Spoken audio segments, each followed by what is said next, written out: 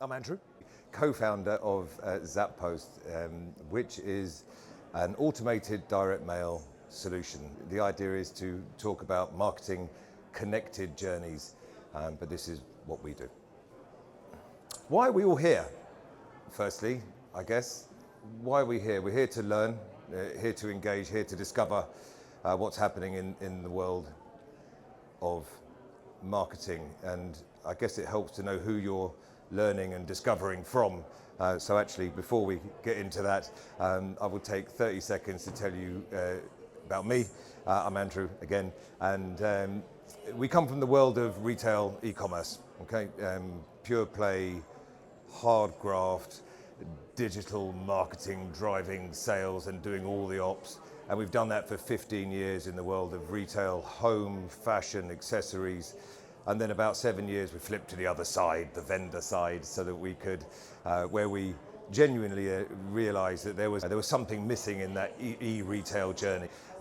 We're here today, we're talking about reaching unreachable customers. There are over 333 billion emails. I mean, it's just such a crazy number. I did a survey last night. It was really in depth. There were 3 people in my survey. And I asked 2 questions. How many inboxes do you have? How many email inboxes do you have? Number 1. Anyone guessing how many do you have? If it's greater than 2, put your hand up, please. Greater than 2. Less than 5. Right, 10? Somewhere in between. A lot of inboxes. A lot of inboxes. How many, across all of those inboxes, unread emails have you got? How many say plus 99 on your widget, right? That's all of us. It's everyone, and particularly when you're consuming 4, 5, in my case a bit more, 7 inboxes. Most of them are work, by the way. But it's impossible. We can't possibly consume that much information coming through your email, and it's not just email. Of course, it's the social. And the inundation that you're getting from social. One last part of my survey, cookies. Do you reject or do you accept? Accept? Reject? Oh, I'm surprised. I spend most of my time rejecting. Can't be doing with being retargeted online, so I spend a lot of time hitting that reject button. My point is there's an awful lot of digital noise.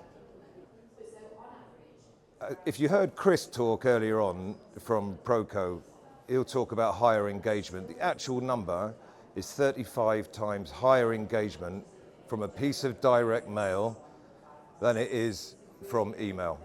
Supported by Jigmail and the DMA, these guys spend money on doing the research.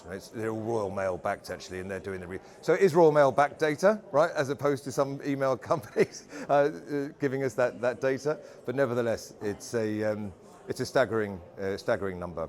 And we're going to try and explore some of the reasons why. And give you some live case studies, as I said in the intro. You've got mail. When did you last respond to a piece of physical mail? And I'm talking a bill, Fido's reminder to get his jabs, a vehicle servicing. Is it in the last month? Do you respond to a physical piece of mail? Yes? No? Probably along the lines. Mail gets cut through. Johnny Bowden. Anyone know Bowden? Is an apparel retailer based in the Midlands, Leicestershire, I think. Big business, mainly women's, kids, lots of kids, fashion as well. And Bowden built their business, a tremendous business based on catalogues. Okay, this is our have I got news for you moment. Bowden's, this was last year, he says he effed up and he promises to, anybody know? Revive the catalogue. That's an actual fact. Well, they're all facts. And the big blunder he admitted to 3 weeks ago in the Times reported Bowden are back on course after a year of very heavy losses. So a year ago he reinstated something that he cancelled, the direct mail, the catalogues, and he is reversing what was a very negative trend for Bowden. Now the Raw Mail study, 55% of respondents say they prefer a bit of direct mail versus 25%, less than half, on preferring email. As it happens, I'm not particularly a fan of catalogs, right? And I know Proco boys will be upset with me to say that. A piece of direct mail should drive someone back online, plain and simple. Right? Your websites, everyone's digital devices, laptops or phones, whatever, are far better placed to consume a vast amount of information. You'll get better detail if you're selling apparel. You'll get more insight if you're selling cards. Whatever it may be, you're going to get, by driving a consumer or a business back online, you are certainly giving them far more information than a piece of print could deliver. But the point of this piece of print is to drive them back online. That's our view. And you don't want to send print to everybody. Our mission, believe it or not, is to reduce the amount you print. And we do that, but when we're speaking to brands, we talk about taking your customer journeys, and I've just given two examples here, a lapsed customer and an abandoned basket in the world of e-retail, because it's kind of where we come from, that's what we know and understand. And then you make a decision. Is the customer reachable? Yes or no, by email. If it is yes, send them an email or send them a text message. If they're not reachable, send them a piece of direct mail, send them a postcard, okay? Because they've unsubscribed, they're not engaged, they've blocked your cookies, whatever it may be, they're not responding, so try something else. They're not dead, they're not gone away, they're still an active consumer, but you're not reaching them.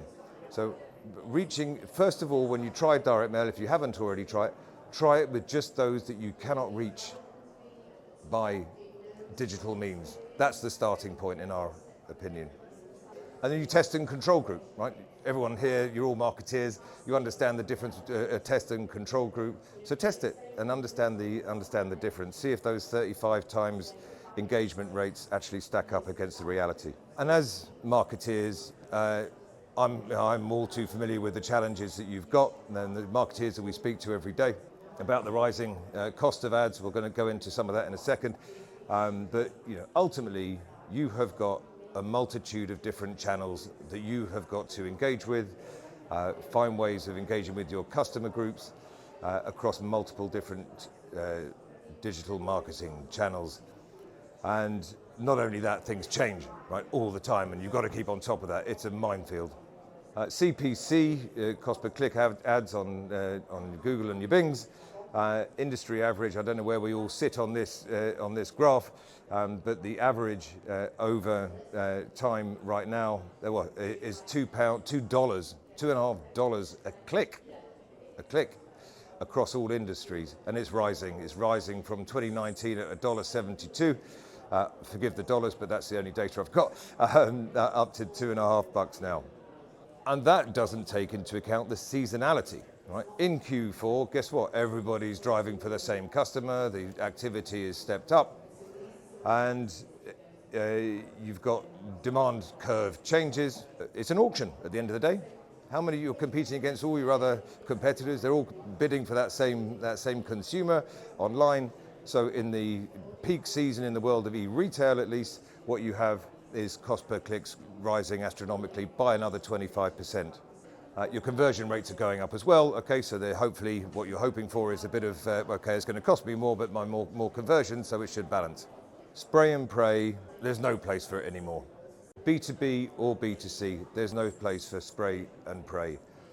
Masterpiece marketing is the order of the day. It's small numbers to small groups frequently, really relevant, really targeted. That's the difference, and that's how you make a difference. And there are the tools out there to help drive that. ZAP Post is just a small part of that ecosystem, important part, but using the likes of Force24 or Klaviyo or Ometria or Google Commerce Marketing Cloud, whichever Salesforce, whichever tech stack you're using to manage your database, manage your CRM, your flow through of customers, you've got to segment the segment and segment that segment, right? And let's just really fine tune the messages that are going through to those customer groups. So in terms of the DM world, what does that mean? It means we've run a whole bunch of different types of campaigns. I think most of these are probably fairly focused on the e-retail world, but equally true of automotive, of finance, of health and healthcare industries. Welcoming new customers when they've signed up or when they've shopped. Rewarding those that have constantly been a good customer. It's hugely important. The value of a piece of DM, right, that just lands with that customer, whether they're lapsed or whether they're a frequent or they're a VIP, it jolly well makes a difference. How can I say that with any more emphasis? I'll stamp my feet a bit. You know, it makes a huge difference. And these campaigns range from the win-back campaigns, like the lapse campaigns. For example, you just set a rule in, let's say, because they're here, I'll talk nicely about Force 24. It is a cracking platform, by the way. You know, if someone hasn't engaged with you in whatever manner of means in, let's say, 6 months, your data will actually tell you when that drop-off curve is, but let's, for the sake of this conversation, we'll say it's 6 months.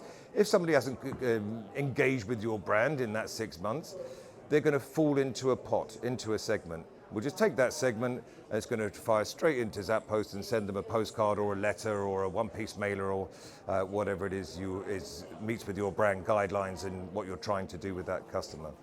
So these are digital events or lack of action that is driving a piece of direct mail, plain and simple. We also do like bulk stuff, you know, as well, by the way, but that's not what we're talking about today. We're talking about small, frequent, daily, as customers meet certain rules, right, and criteria in your CRM, that's triggering an event that's firing off a piece of DM. That make sense? At least nod for me. There's a couple of live case studies here. As I said, I would share with you. There's a company called Only Curls. It deals with people who either want curly hair or have got curly hair and need to manage it. And they've been a great client of both businesses, actually, but ZAP Post. And they had an abandoned basket situation. They wanted to bolster their conversions for those that were abandoning baskets at the checkout. And they wanted to also reactivate the lost customers. Okay, so the lapse campaign I was talking about a minute ago. And they used another marketing automation platform called Klaviyo. I don't know if you've ever heard of that or use it. It's pretty popular, particularly with those who use Shopify as an e-com engine. And they wanted to do those two campaigns, so abandoned basket and reinvigorating lapsed customers. And all they sent was a simple pretty simple postcard. With some personalization, a name, okay? Different groups got different value of discount, and a tracked QR code with the UTM, okay? The Google Analytics tracking bedded in. Chris mentioned that as well earlier. And that'll be unique to each individual. And the results on that one, I thought was extraordinary. It's a 27% ROI, but the real number for me is a 17% conversion rate. You can get the case study if you scan the QR. You can see the case study online. It's got some more information there. It was a huge return. Probably, look, that is probably the best example of a case study we're going to share with you. Okay, there are some stories that don't quite match up to that, of course. Another brand, it's a company called Spoke. They sell trousers, bespoke trousers. And can I just point this out? They've got some personalization here that tells you your, in this case, your waist side, your build, and your actual inside leg measurement, quite literally. And they've personalized this to the customer, Ashley, in this case, just a postcard, okay, that's been sent because he hasn't engaged in a while. They got a 13x return on investment or a 10% conversion rate in their case. That's pretty extraordinary. Bearing in mind, these are lapsed customers we're talking about. Lapsed customers. You'd expect more from the engaged groups, obviously. Yeah, so that's the, again, QR code. In this case, that QR code doesn't go back to spoke.com. It goes back to a page on Spoke for Ashley. It's his page. I mean, so that's not all driven by us, but that's the integration between us and another marketing automation platform called Unreachable in this case. And did we mention it was Gold Award winning? Yay! We won an award for that with Spoke at the I'm actually going to tell you what this thing is called. It's called the Strategic Mailing Partnership Awards. No one in this room has ever heard of it, right? But actually, in our world, it was quite an important win, and certainly the customer was happy as well. So yeah, gold award winning.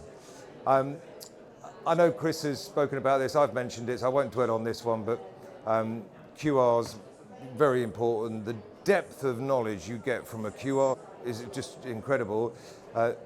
We track them, so we can tell you devices and names and who's actually scanned on what. But if you also add the UTM tracking, the Google Analytics tracking, then that will give you far more information. Not in our world, but in a world that you're familiar with, i.e. Google Analytics or equivalent. Various stats on this one. 8 touch points is what I hear as the average of averages, as in how many times you need to touch a customer virtually, physically, before they trade, before they interact with you in some way or another via various means, whether it's natural search, whether it's PPC, YouTube, whatever you're doing, social. The list goes on and on and on. And by the way, as digital marketeers yourselves, I seriously do not envy your task. How on earth you balance all of that with you and your teams is pretty challenging. But I think is even more challenging is the attribution. If a customer has transacted with you online, let's say they spent 100 quid, and that customer has touched 5 of those 8 touch points. They've clicked on an affiliate link, right? They've clicked on a social post, they've clicked on your PPC ad, they've received a piece of DM. How do you as a digital marketeer decide where that £100 worth of transaction is being attributed to across all of those touch points? Because it is happening, right? And if I'm ZAP Post, I'm saying, well, that traded, right? So that's my sale. It's not really. We're part of the equation, and that is the same for all of your digital marketing channels. The point of this slide is not really about attribution, although I know it's a massive bugbear and something that interests me. It's how you cut through all of that digital noise. And we're advocating that as small as possible volume as you can do on a very frequent basis, cut through the noise by dropping a piece of DM on a customer when it is relevant, not when it suits you as a brand or as a business.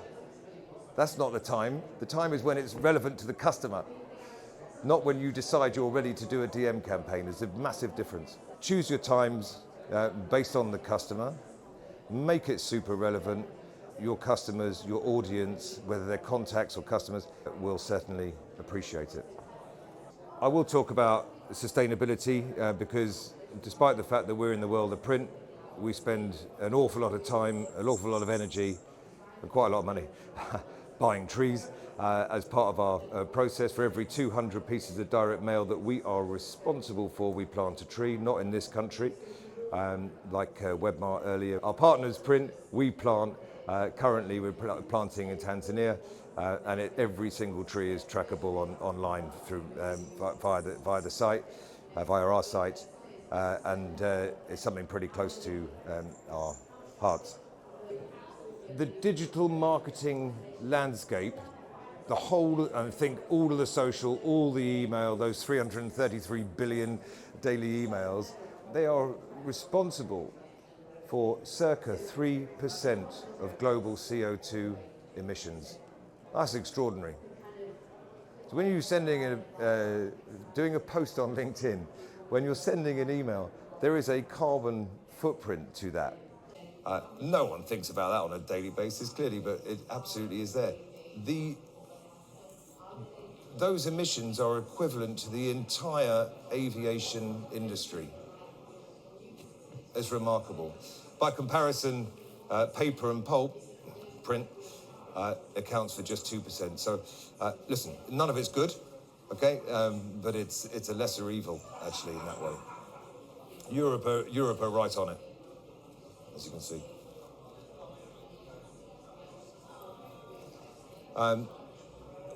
Proudly, we've planted nearly 175,000 trees so far since we've been running this, doing this job, and something is very close to our hearts and we'll obviously continue to do. And it's not just about replanting trees, by the way. There's things you should look for, whoever your suppliers are. FSC paper, Forest Steward Council, please use that. No matter who you're using if you're doing DM, please make sure that's being used. It's the tiniest bit more expensive, but it means that the paper is coming from sustainable sources and things like that. So that's a big win. And where possible, as we are now doing, we select B Corp partners where we can to do all that print for us. So I'm going to wrap because, hey, it's 15 minutes till the end of the show. But look, thanks for listening. We're here just over there for the next few minutes. If you'd like to come and chat, that QR code means you can chat with Steve, who's somewhere over there. You can book a session with him if you want to. But we're just very happy to chat, right? About DM in principle, the sustainability angles on this. I think it's a really important conversation. And I guess our key message, and that's what I wanted to summarize really, less is more. Do less. Don't send, in our view, don't send 100,000 catalogs out to a whole database. It's not relevant to that customer at that time. It might be relevant to you. Instead, you should be looking at the activity of that, or the inactivity of a single customer, right? And saying, right, that customer today needs a piece of DM. Get it in the mail. It'll be there tomorrow or the next. Less is more is the message for us.